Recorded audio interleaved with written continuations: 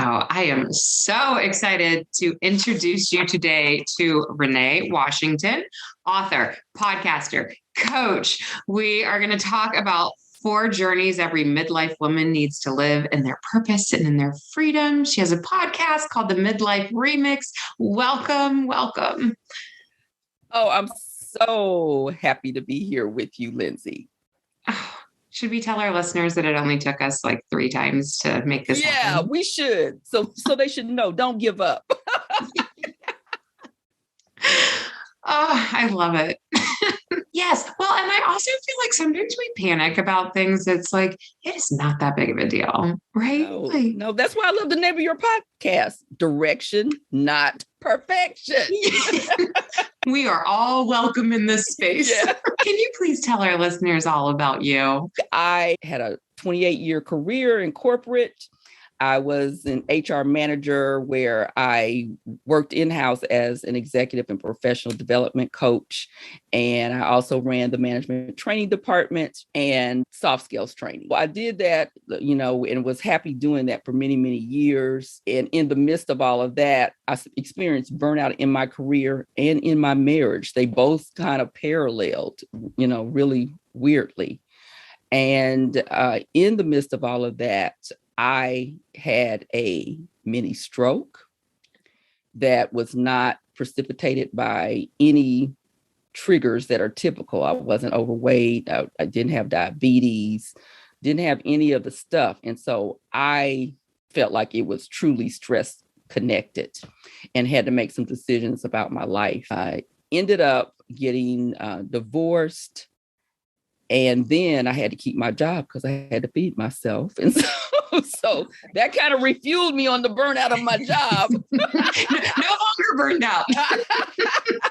Temporarily, but our crap circles back to meet us again. At that point, I was kind of thinking like, oh my gosh, I really had never dealt with any really major life dramas until the TIA and getting divorced. And prior to all of that, I found out at 45, because this happened in my mid 40s, that I was in full blown menopause. So a lot of shifting and transition, in my mid 40s. When the job angst bubbled up again, I'm a woman of faith. And so I was praying and praying. I was like, oh, please, Jesus, let me just stay. By this time, I was 53 and had 2 more years until official retirement. And I was miserable. And I'm in a position where I'm trying to encourage and motivate other people. By this time, I was dating someone and was engaged. And, I said to him one day, I said, why I keep asking God to just let me have a great attitude about this job. It's been a blessing for so many years. I'm not ungrateful. I just don't think I can do it anymore. And he said, maybe God is packing your bags. That was so profound to me. He always says, you need to pay me for that, because I quote him all the time. I have chills just hearing that. Yes. I had been keeping this list of what I love about my job, what I hate about my job. And I realized one day that it wasn't about the job. It was about me, that there were 100 other people that would gladly sit in my seat. And my mom had died almost a year before that, unexpectedly, of a pulmonary embolism. And that is and remains the worst thing that has happened to me. She's been dead for 10 years, but my mom was my person. She was it. And when she left here so unexpectedly, everybody was shocked that knew her, that nobody could believe that she was gone. And I just didn't even want to be in the world anymore. Yeah. But, on the other side of that, and then going through this job burnout, what her death taught me was how arbitrary life is. We don't know the day and the hour, because I started paying attention after she left. I was like, because it was so shocking that she was dead. And so I started looking at who lived and who died. And, people would be in these horrible accidents and come out, and be okay. And, Right. And then there were people that, why did that happen? And, when I do talks and through my coaching, I will give the example of the Rolling Stones. They used to be my example. Now one has recently died, but I used to say, look at the Rolling Stones. They all look like death warmed over and they're still rocking it out. Still here. I know, still here. So you don't know. I realized with my job in corporate that retirement criteria had changed 3 times during my tenure.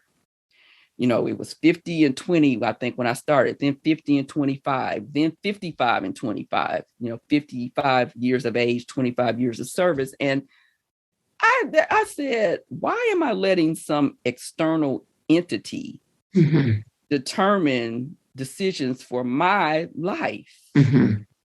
Because those decisions were arbitrary. Somebody wakes up one day and decides to change them. And what if you fought that next 2 years and then it got extended another? Well, it did, Lindsay. I ended up leaving. But, after I left, they changed it to 62 years of age. Wow.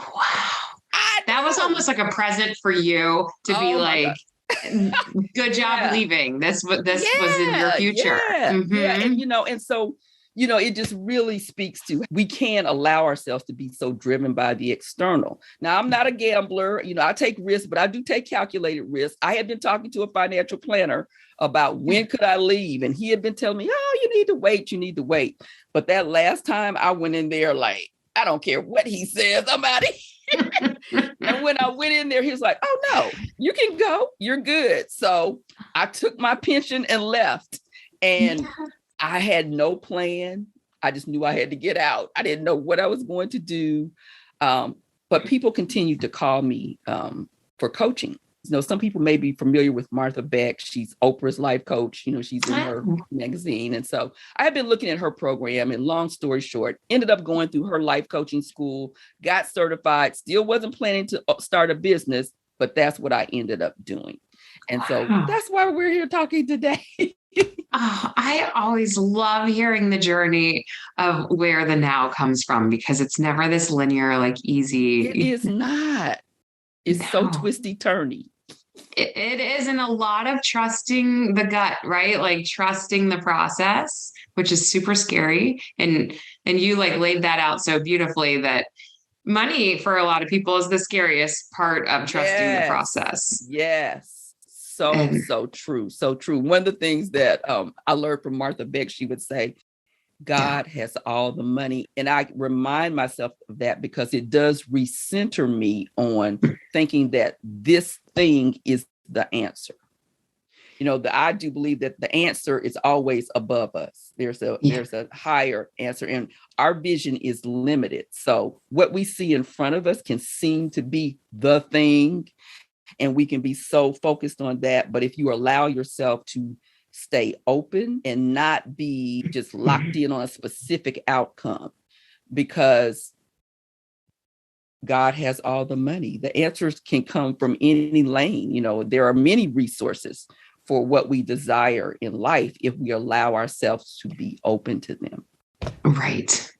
And is this part of your coaching? But I set my business up to be virtual because I want it to be fluid. I want it to be not location dependent. I want it to be able to coach women from all around the world. And so I do focus on women, particularly women in midlife transition. I've had men say to me, why do you only coach women? Why don't you coach men? Because that's who I want to coach. And it's my happy spot. I know, right? And the significance of that is I was in corporate for many years where I was, directed what to do. They sent people to me to be coached, to be developed. And now I get to choose. And so, I particularly for women, and midlife for me is a state of mind. I'm 62 years old. I call myself a midlifer. I don't know that I'll be here 120 years, but it's a state of mind, because to me, it just means that you're still in the mix of living life, and that whether you're 40, 50, 60, 80. And so I just believe that life is connected to your state of mind. We have these bodies, they age, stuff happens. But how do you approach that? What are you telling yourself about that? What are you telling yourself about you? And my framework for coaching is around identity. Who are you? A question that I ask women is, who are you without role or title? Yeah. Who are you without role or title? That brings some women to tears because they can't answer it, because we are so conditioned to be in the service of others, particularly as women, which is fine. But, we've been employee, we've been parent, we've been community volunteer, sibling, daughter, all of those things until we get lost in that.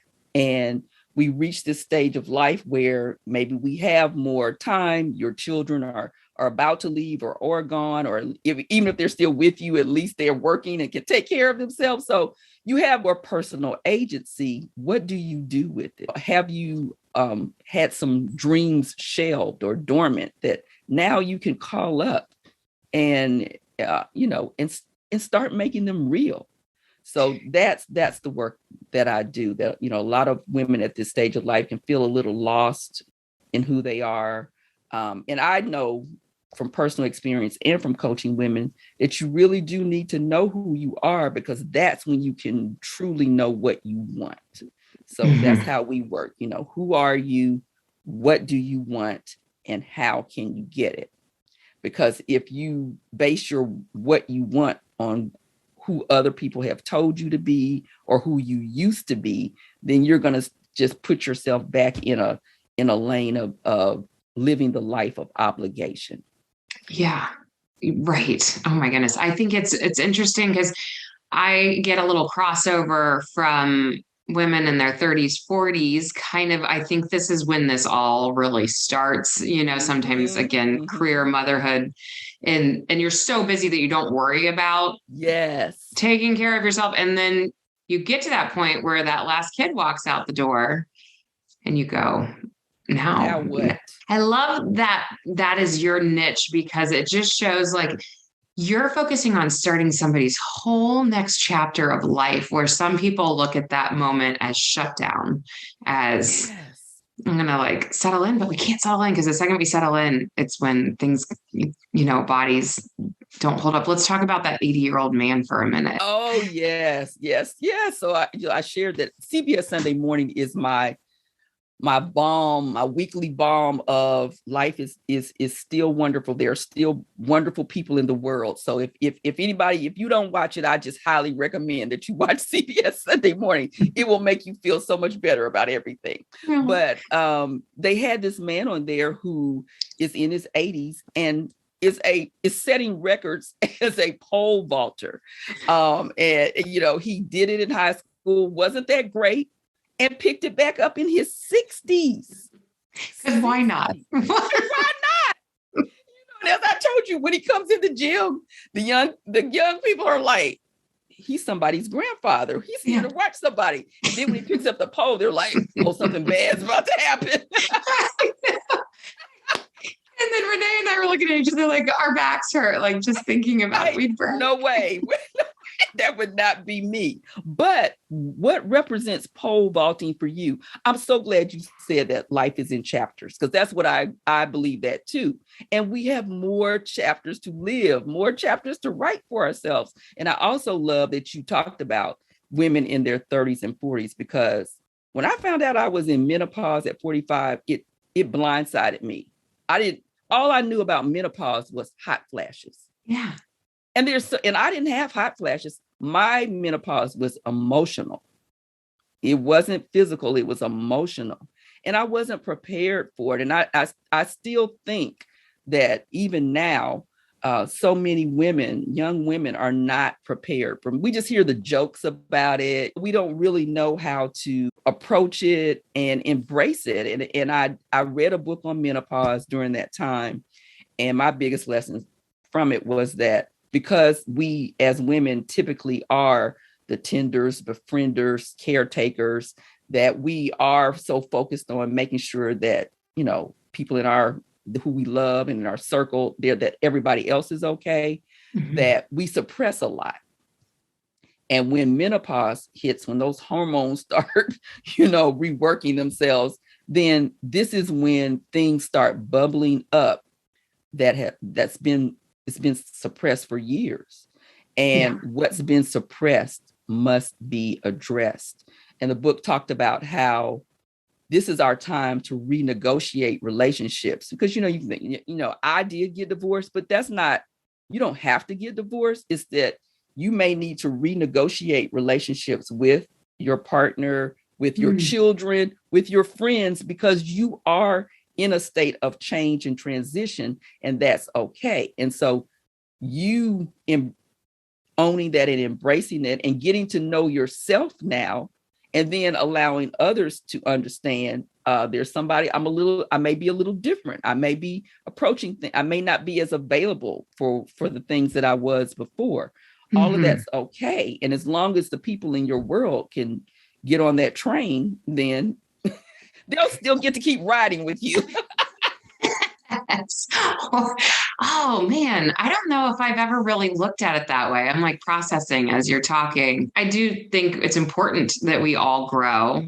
And I know in like weight loss world, when people grow, and like this is an example with eating, when their eating style changes because maybe they're getting more involved in their health, that it's really hard sometimes on the family, because when we change as a whole person. We don't just change in that one little area. And so to your point with that, like other people can choose to come with us in our change, and hopefully they're growing too. Okay. And this is a super personal question. You don't have to answer it, but do you feel like that was a little bit part of your relationship? Were you kind of growing and he wasn't? Yeah. And I tell people, my marriage was happy for I was married for about 21 years. And for most of those years, life was good, because it was based on a paradigm that worked for both of us. I was the dominant one. I was the one kind of in control. He was fine with that. And that worked for us for many, many years. And then that became too heavy for me. It was taking a toll on me that I didn't even realize.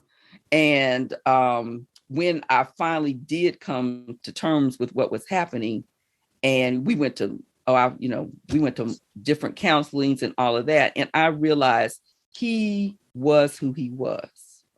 Like you said, some people are who they are, and they don't really change. They don't have a desire to change. And, so he wasn't a bad person. It's just that I had changed. And, I know I've said the word blindsided a couple of times, but I didn't expect that change. It came upon me, but then I couldn't ignore it. And I tried to ignore it for a long time. Because that would have been easier, right? Yeah, that would have been so true. That would have been the easy thing. My husband and I, once we got married, my sister met his brother. They ended up getting married. They are still married.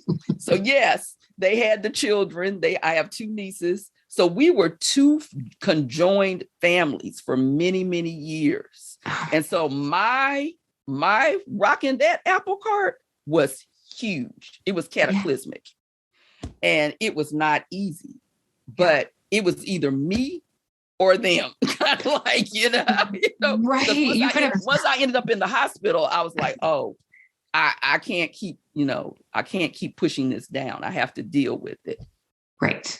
Right. Yeah. Oh my goodness. Yeah. When you start to see it, that like, it's weird to say a blessing that you were almost in the hospital, but like, I don't think unless it really was. Yeah, it really was in a way, because it was a warning. I hated that happened. At the same time, because more than one thing can be true, that I'm grateful to. And so I'm remarried now to the most amazing man. When, people say, oh, I've been married 40 years. And I'm like, I have to 2 different men.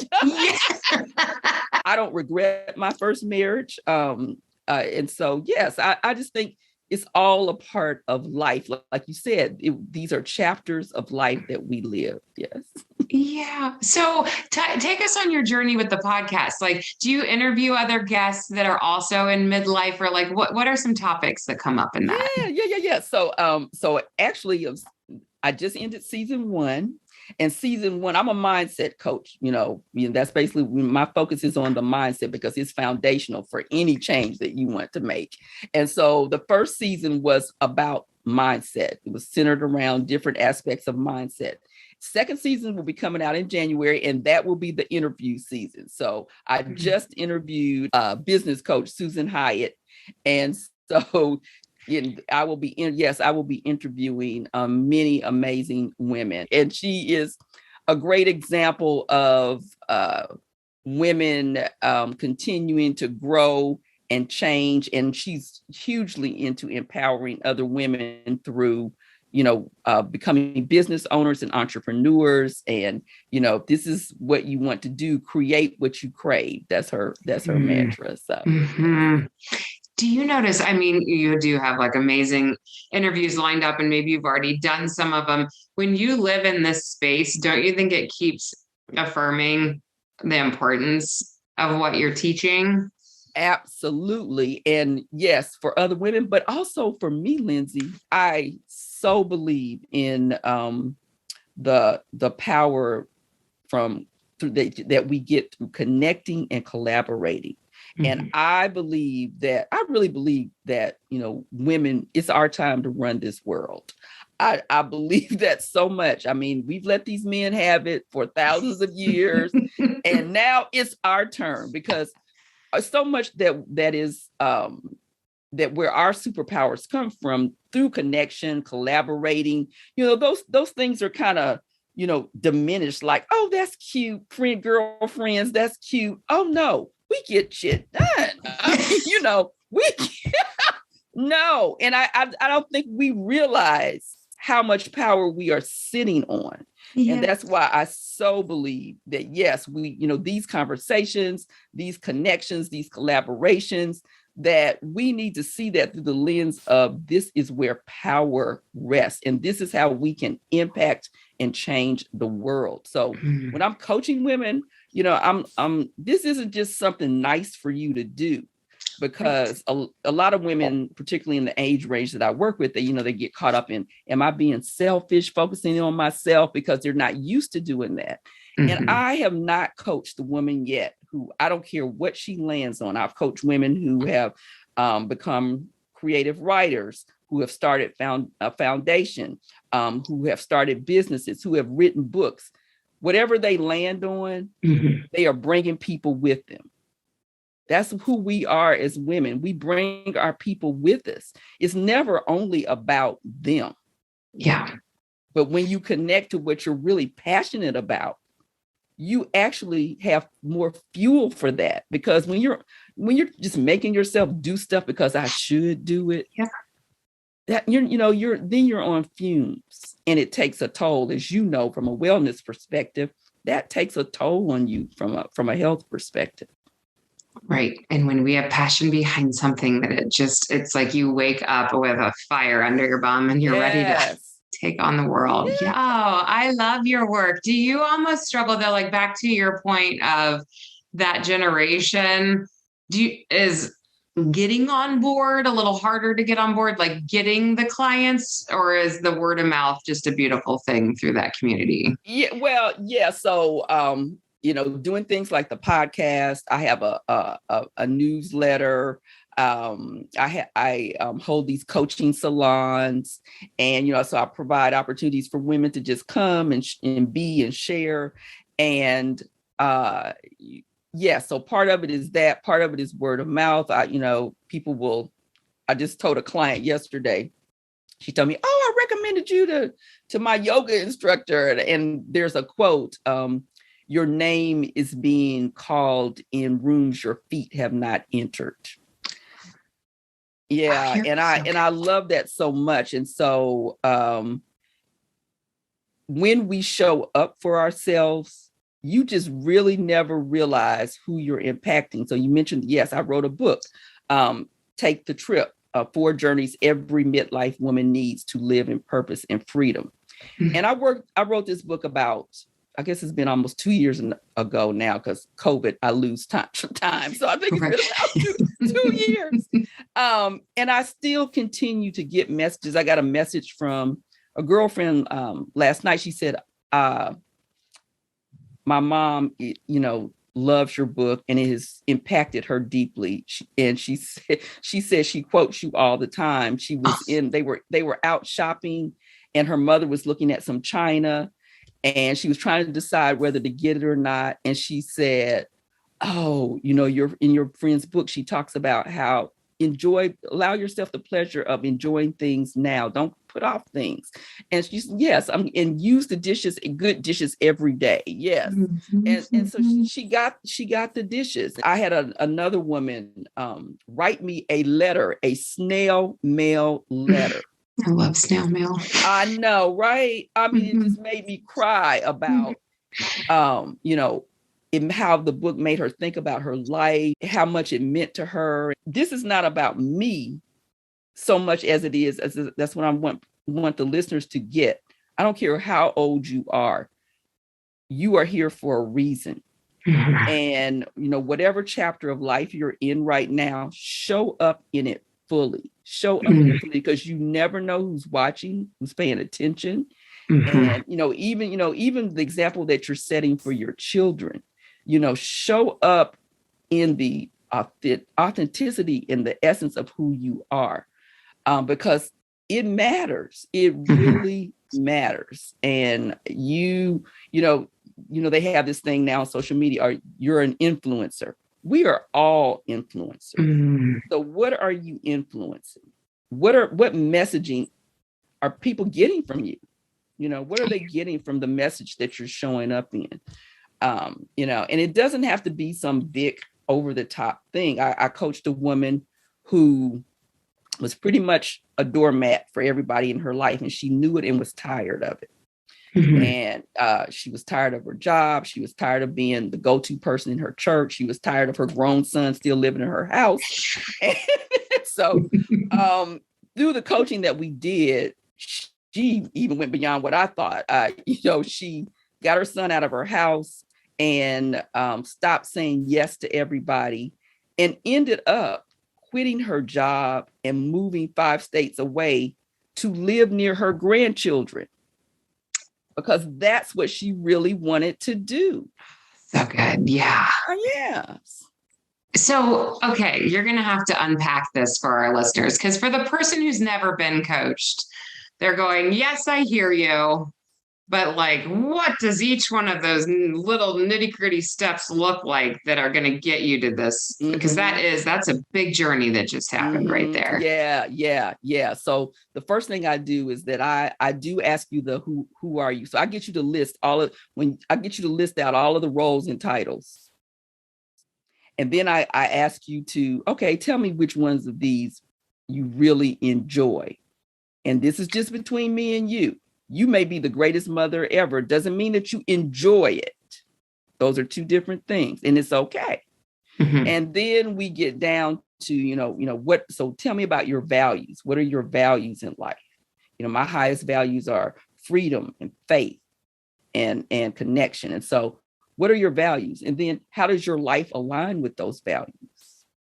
So I walk you through this whole process of getting you to connect to the truth of who you are, because we want to be a certain thing, but who are you really?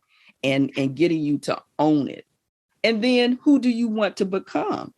Who do you want to become? And then that's when we move into what do you really want? So I do this ideal day exercise with you where I wave my magic wand.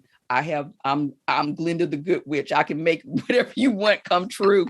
And I just really get you to release yourself from any barriers, because I have freed you from them. And tell me what your ideal day looks like. Where are you? Who's with you? What are you doing? I'm going to pause you in some sense here. Like this specific instance of this client, as she's saying, where are my values and where, like, is this where grandkids were popping up in the conversation? Or so this is where people will say, my highest values are family, faith, but if you say family is your highest value, how much time are you spending with your family? What kind of time are you spending with your family? Right. So that's And her getting to like hear that out of somebody else saying, if my family, my grandkids are my highest, and I live 5 hours away from them, and I'm only seeing them once every 3 to 6 months, this mirror, this coach, you looking back and going, do you feel like that aligns? Yes, yes. And her saying, I know I do wonderful things for people, but I'm tired. When does it get to be about me? You know, she knew she was a one-way street. She was always the one taking care of other people. You know, even in her church, people knew if they needed something done, they could call her and she would do it. A pivotal point for her in our coaching was one evening, a woman called her to babysit for her. She wanted my client to babysit for her. And my client had planned to just have a quiet evening at home. And, you know, when people will say, well, what are you doing? If we don't have an appointment on the calendar, what do we say? Nothing. Right. And because it's not just enough just to be with ourselves. That's not justifiable. Right. And so I said, well, what did you say? She said, I thought about it. And then she said, I told her, I'm sorry, I have other plans. I can't do it. And I said, and what happened? She said, nothing. She found somebody else to do it. Exactly. And I'm like, exactly. It was okay. And that was huge. That may sound like for some people, they're like, oh, I just wouldn't. But for her, that was so groundbreaking. Yes. Yeah.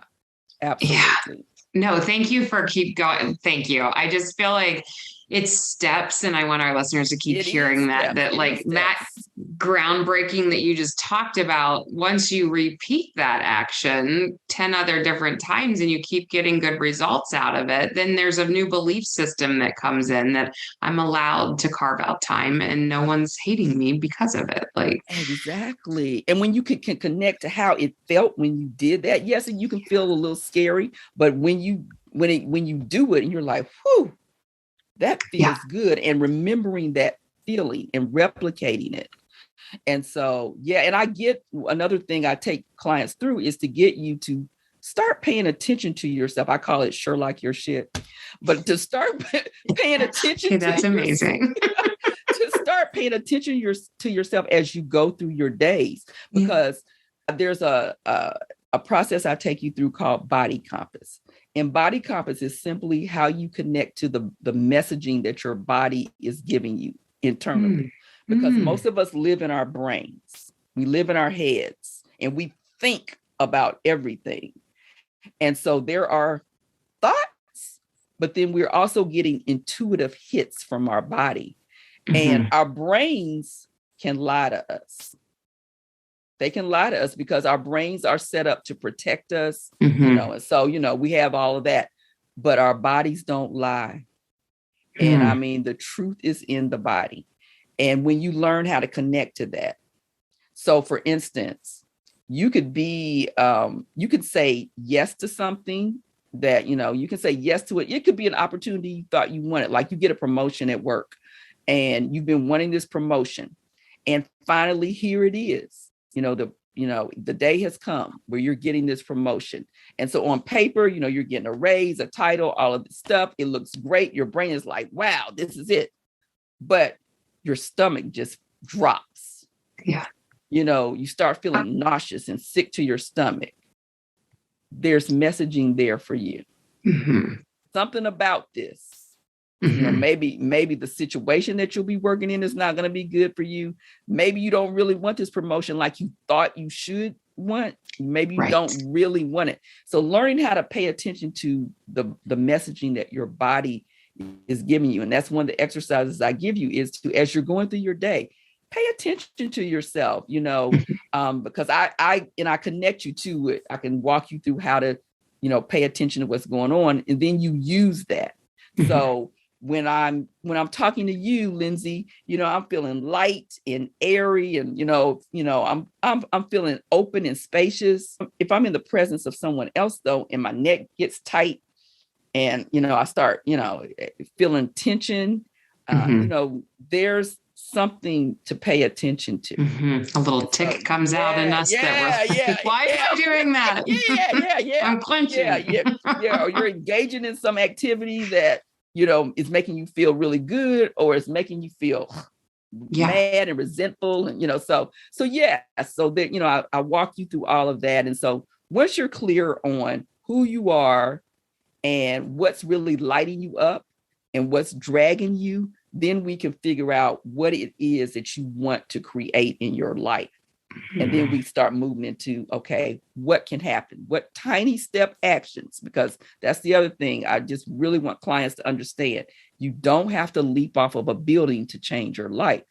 It can start in incremental change. I had a client who she's a law dean professor, and she really wanted to get into creative writing, become this creative writer.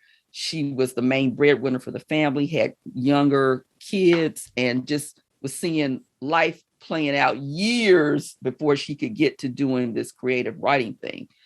And so through the coaching work that we did, her epiphany was, I've been seeing myself as a dean who wants to write. But who I really am is a writer who happens to be a law dean. Once she made that flip, that drove her decision making for what she said yes to and what she said no to. She was on like 30 something committees. She dropped off all of them except 4. It's amazing. And that opened up space for her. She hired a creative writing coach. She has more time with her children and her husband. And she said, because this is my thing, is anybody going to die? Nobody died. The university went on just fine. She was still showing up in her job. She didn't have to wait 10 years to start doing the thing that she was really feeling compelled to do. It's like, it's that when and then thinking. It's the, when I get to this point, all of a sudden, and the reality is that when we hit the when, there's something else that pops up that needs us. Right? Yes. Oh, that's such a good example. And I agree with you. A lot of people hear leap and they think your scenario, like totally stop a job, like just walk out the door and start a fresh life. Yeah, and I tell people, look, no, that's not why I shared this story. I know, but it is one end of the spectrum, and that's very real for some individuals, and some need to do it, but there's this end too, where you're allowed to take the little baby steps to keep going. What else are we missing here? The 4 journeys of midlife: connect to your inner self, no role, no title. Continuously purge what no longer serves you. Yes, I am hugely into decluttering. It's a mantra for me. And when I'm feeling confused or all out of sorts, I go clear out. I go clear out my closet. I clear out a drawer. And I know a lot of people, I'm good with my clutter. I'm good with it. And maybe life is on a continuum. Maybe that works for you, but really be honest with yourself. Is it really working for you? When I clear out something, Lindsay, I feel like I have dropped literal physical weight just from that. And then it opens my mind up. It opens my spirit up, and it opens up my creativity because I believe that we are all life design artists. I'm a huge lover of the arts, and I used to see that through the lens of, I'm a supporter of the arts. They are the artists. And then I realized that we all, because I didn't think of myself as creative, but we all are. We all have some level of creativity, and we really have lots of creativity if we open ourselves up to it. And so in designing your life, I do believe that we need some spaciousness to be able to hear the inner messaging that's coming to us, and to even connect to the external that's trying to get to us. That we need to open up space so that our vision isn't blocked. Our internal listening, our third eye, is not blocked by all this clutter, because physical clutter to me is representative of mental clutter, of spiritual clutter, of emotional clutter. How much baggage are you carrying around that's blocking you from living the life you want to live? Yeah, I'm guessing that you have some goals set with clients of just some home organization. Yes. Yes. And really, because I'm several years ago, I did a big purge where I did do the Marie Kondo thing, and I got rid of clothes, I got rid of furniture, and I got rid of good furniture. And my friends were like, "What are you doing? Yeah, are you okay?" Were you thanking it on the way out the door? Thank you. Yeah. And my husband, he's like, "Is my ass gonna be out on this?" Yeah. Purge. Yeah. I was like, "No, you're good. But because some of that good furniture, some of those good clothes represented old chapters in my life that were no longer relative. Mm-hmm. And I wanted new to come in. Mm-hmm. And so that's why it's a continuous thing, because I want Maya Angelou has a quote about experiencing every good thing. And I want to experience every good thing. I want my clients to experience every good thing. And if you're holding on to old crap, you're crowding out the new good that can come in. Mm-hmm. So if it's no longer serving you, let it go. Let it go. And yeah. Which again, way easier said than done, but having somebody else hold your hand like a coach through that process, you will get there versus just a thought of, I should. Yes. Yes. And the lie that it's too late or you're too old to live your best damn life. And I know that we've been saying this, but we're kind of wrapping up, and I don't want to, but I feel like this is like what I love everything about you, but this is like the catch for me. The too late. And I know why we think that I took a solo trip to Lisbon, Portugal a few years ago, and that was on my bucket list to take a solo trip to Europe. Hadn't done it. I was supposed to go to Portugal with my husband, and then he couldn't go, and I almost canceled the trip. And then I was like, why are you doing that? This is something you wanted to do. This is your time. And I did it. And I was like, why have I waited so long to do this? And the reason was fear. And I know people will look at me and think, oh, you're not afraid of anything. I'm afraid of a lot of things. And you know why? We are conditioned to be afraid. There is an internal, I think we have internal DNA to be afraid, because again, it's a protective mechanism. Lions, tigers, and bears back in caveman days were, around the corner. But what we've done, most of us don't live in that kind of world anymore, where there's clear and present danger every second. But we take everyday life stressors and we, use that as to base our fear in. Mm-hmm. And so the news is set up to keep us afraid. Me and my girlfriends went on a trip to Greece, and it was during the height of their financial crisis. And so you could see all these protesters on the news, and we were like, oh, do we need to cancel the trip? We shouldn't go. And thankfully, a travel agent pulled us off that ledge. We got there, Lindsay, we would have never known anything was going on. That's so funny. I know. You're like, we almost canceled. I know.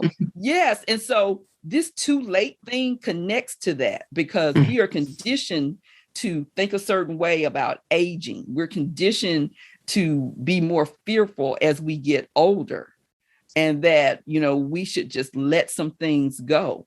Who said? Yeah. Who said? Yeah. And, when back to the decluttering thing, having a focus on what you're allowing in your environment is so important. Mm-hmm. And so, yes, I seek out these kinds of stories about people older than me, my age and even older, to see what's possible in life. I'm not going to be a pole vaulter. I'm not going to run a marathon. But that's representative of what I can do in my life, maybe there's something that I want to do or something a client wants to do. And you've told yourself it's too late. No. Yeah. You're my example today. I feel like you're so motivated. I want to be coaching when I'm 60. I don't want there to be this like hard stop of when I'm no longer relevant or, that. Exactly. Yeah. So thank you for my inspiration today. I really appreciate it. I don't want to lose you. Tell our listeners all the best places to find you.